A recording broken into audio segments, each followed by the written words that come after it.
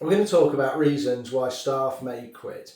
So staff retention is very important for a business. Hiring, firing is all very expensive, it's very disruptive to your business and can have some significant knock-on effects.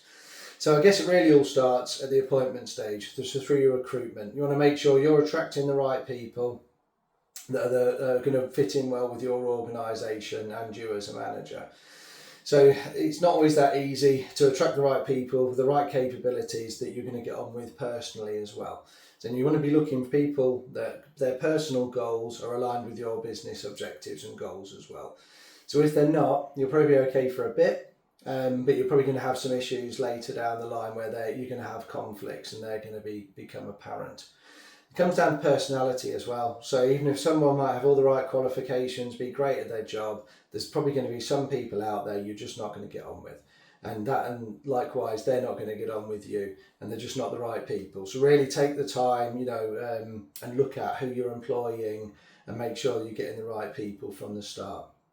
I think secondly, it's really important to speak to your employees.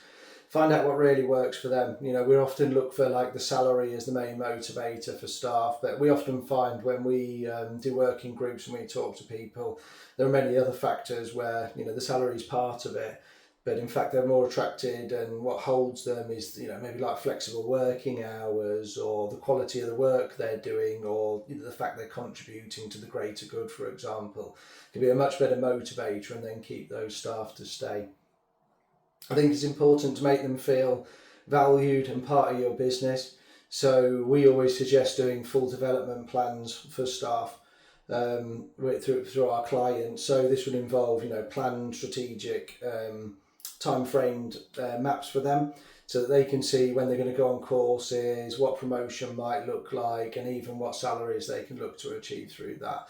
And for me, I think that is really, really key, just for someone who's, career minded. They can see that clear path they can go on. It's not for everyone, and you do need to understand that some people will be quite happy at one level.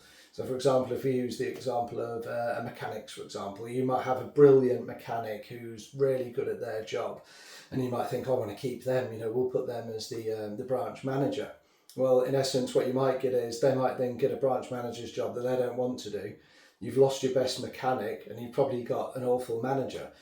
So it doesn't always work like to always just purely look at progression. You need to look at the employee, the individual employee, what works for them, and put a plan that's suitable.